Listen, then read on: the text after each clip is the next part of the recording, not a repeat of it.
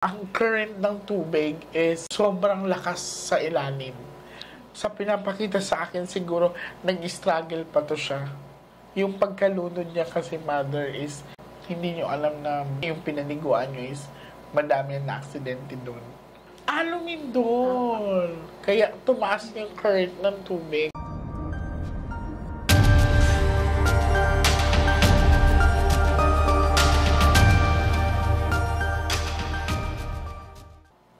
Hi sa mga Nationatics worldwide. Today is another day and may gusto akong pasalamatan ngayon, no? Kasi they allow us to record the reading and meron silang gamit na dala ng kamag-anak nila. Anak mo tayo, no?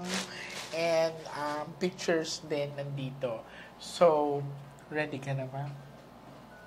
Ilang taon nga siya tayo? 27. 27. Bata pa.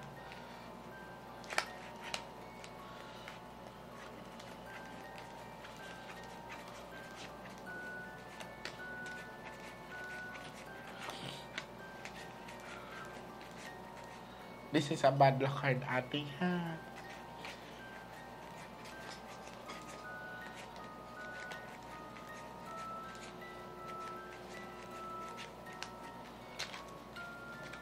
Kaano-ano niyo po ito? Ayan.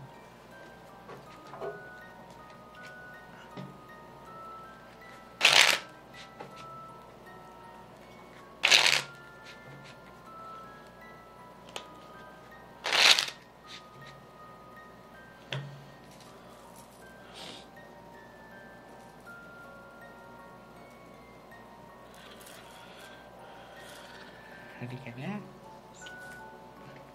Now, ate, I want you to focus.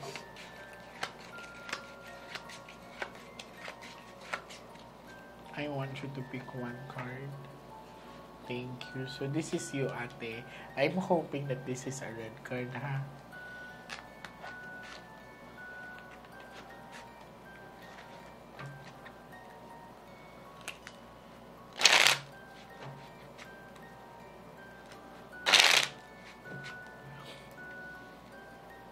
Cut the cards into 3.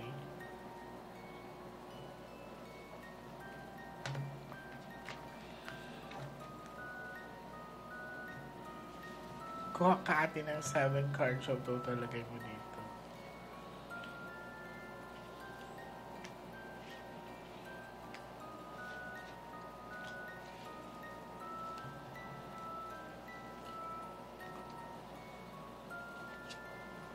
Okay.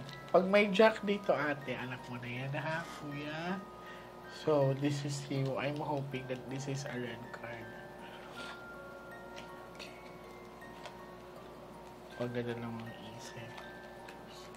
So, ito, si daddy to. Yan.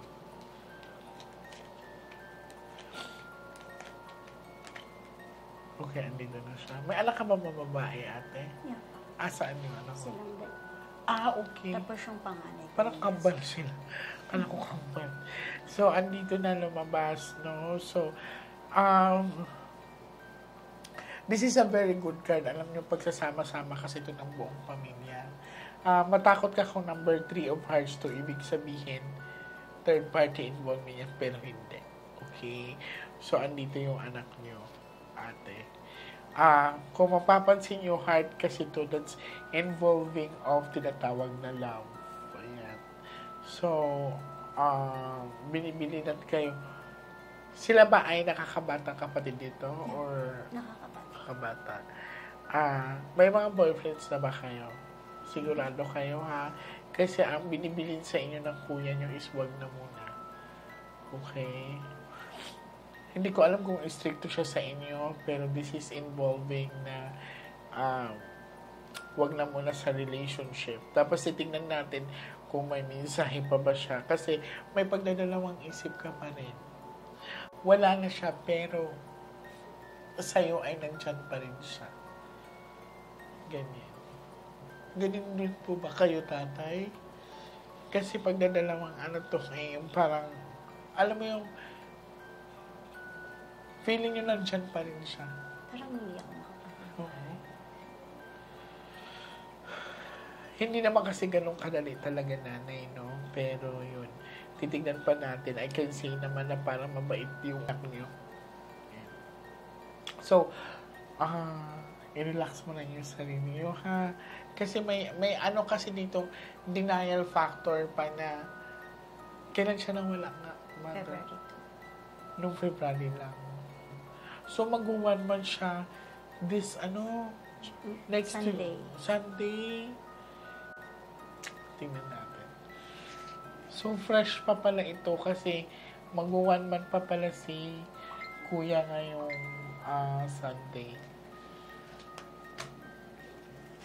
Babang luksa ba ang tawag doon? 40 days. 40 days, Sa 40 no? days. Magbabang luksa pa pala kayo.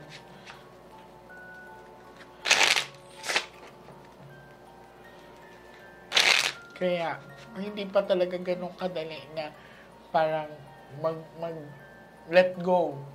Hindi naman sinasabing kalimutan, pero ang feeling ba ninyong dalawa is, nandyan pa rin siya. Cut the cards into three.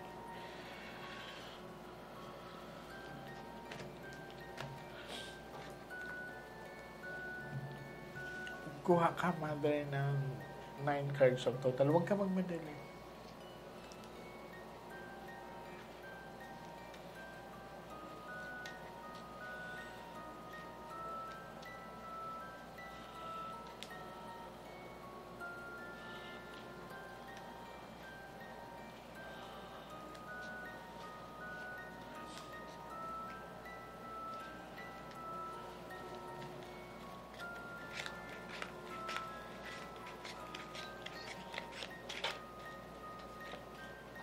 Diamond success.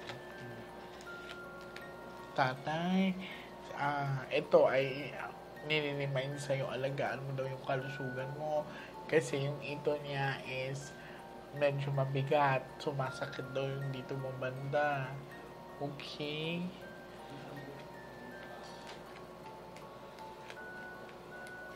Love, ayan siya. So, laging lumalabas sa baraha ang tinatawag na Jack, no? Ang indication kasi nito is love talaga, mother. Mahal kayo.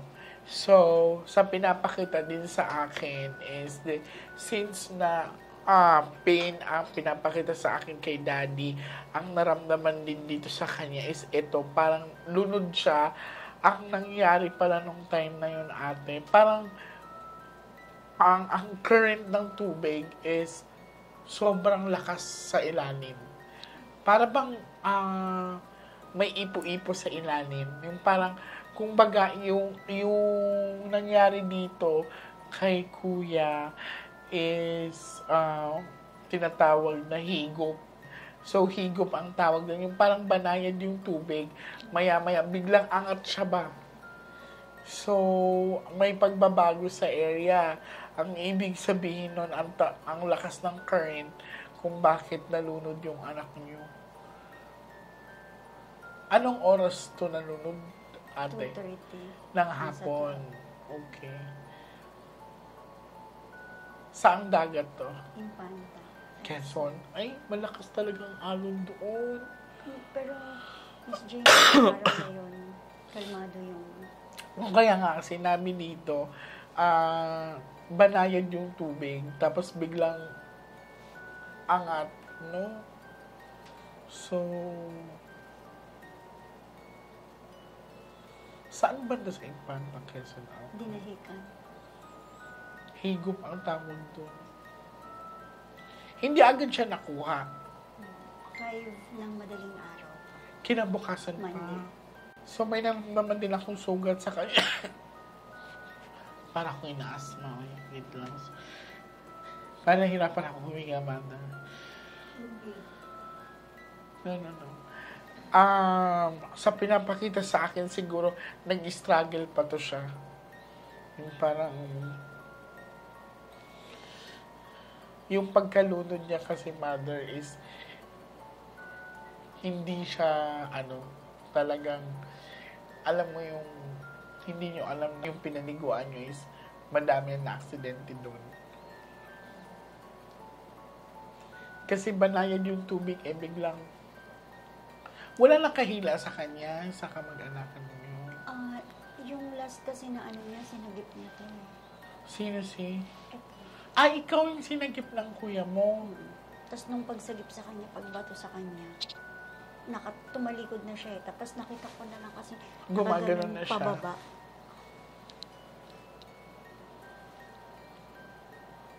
Kaya pala nire-remind sa ng kuya mo kayo. So, hindi lang siya ang nalunod. May kasama din siya nalunod. Ang taas ng current nito. Ang lakas ng current nito. Gano'ng kalayo ang Infanta Quezon? Maglaan tayo, puntahan natin. Malapit lang ba kayo doon? Medyo Michi. Pero parang galing sa amin, pag dumaan ka sa ano bang daan mo? Marilake. 3 hours pa. Antipolo, Teresa, tapos Pililia, Alaala. Bisitahin ko kayo doon, Mother. Okay. So, ang pinakita sa akin is nalunod yung anak nila sa dagat. Which is, ang Banayan kasi ang ano yung tinatawag na tubig. Tapos, biglang parang washing machine. Alam mo niyo yun? Velocity po, parang velocity sa ilalim. Oo, parang umiikot siya. Anong naramdaman niyo nung time na yun? Yung bigla kasing angat yung tubig. Kaya nung time na feeling nyo is abot nyo pa, di ba? Kampantes, hindi nyo alam na biglang angat yung tubig. Yun yung mga tinatawag na parang mag-tsunami ate. Yung parang medyo pag ganun ang tubig kasi biglang angat siya. Kasi gumanon yung tubig. Pagbalik ng tubig sa kanila, hindi ko na sila nakita. Biglang angat, no? Kaya nagpanik kayo.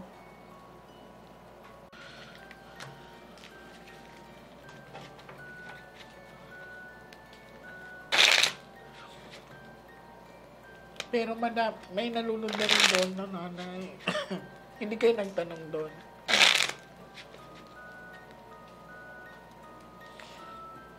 Cut the cards into three.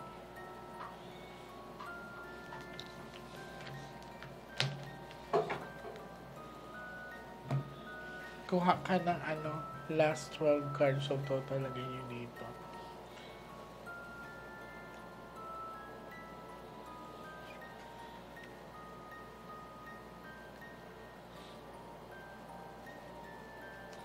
So, ang pinapakita sa akin sa mga baraha, malinaw po ang pagkalunod ng anak nila. And hindi lang po isa ang nalunod dito.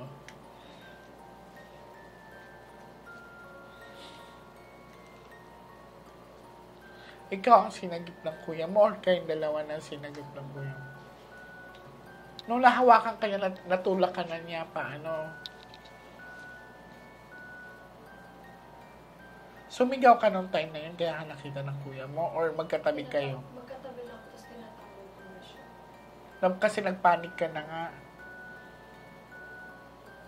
Siguro pa ganun ang alo nun, be.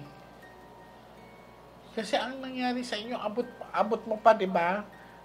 Tapos mong pagtingkayad mo, hindi mo na abot yung tubig. Kasi nga biglang ang ganun ang Paano ko ba siya ma-explain? Kumbaga, sa ballpen pa, ang tubig to, ganyan, di ba? Tapos biglang angat yung tubig, kaya nahihirapan ka na.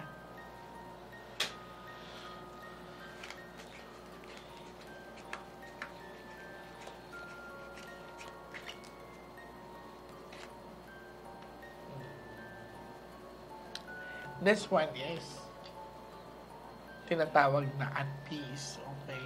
Ayaw niyo patawin si tatay. This is love. Okay? Mahal kayo ng kapatid niyo. Mahal ka ng anak mo.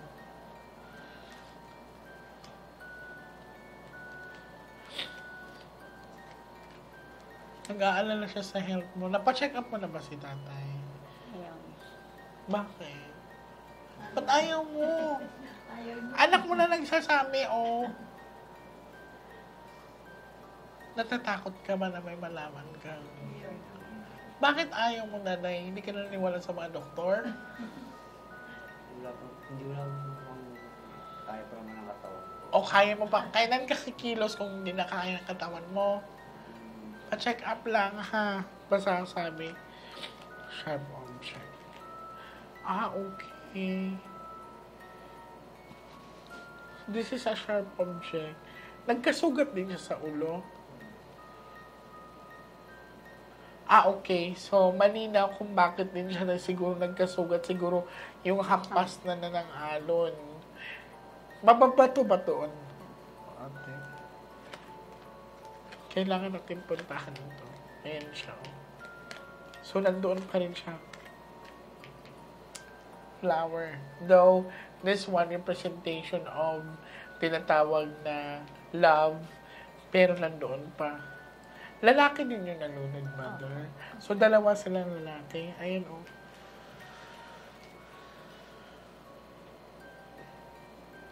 So, ganitong gagawin po namin. Pupunta kami doon. Mag-aalay tayo. Kasi nandoon pa rin sila sa area. Okay.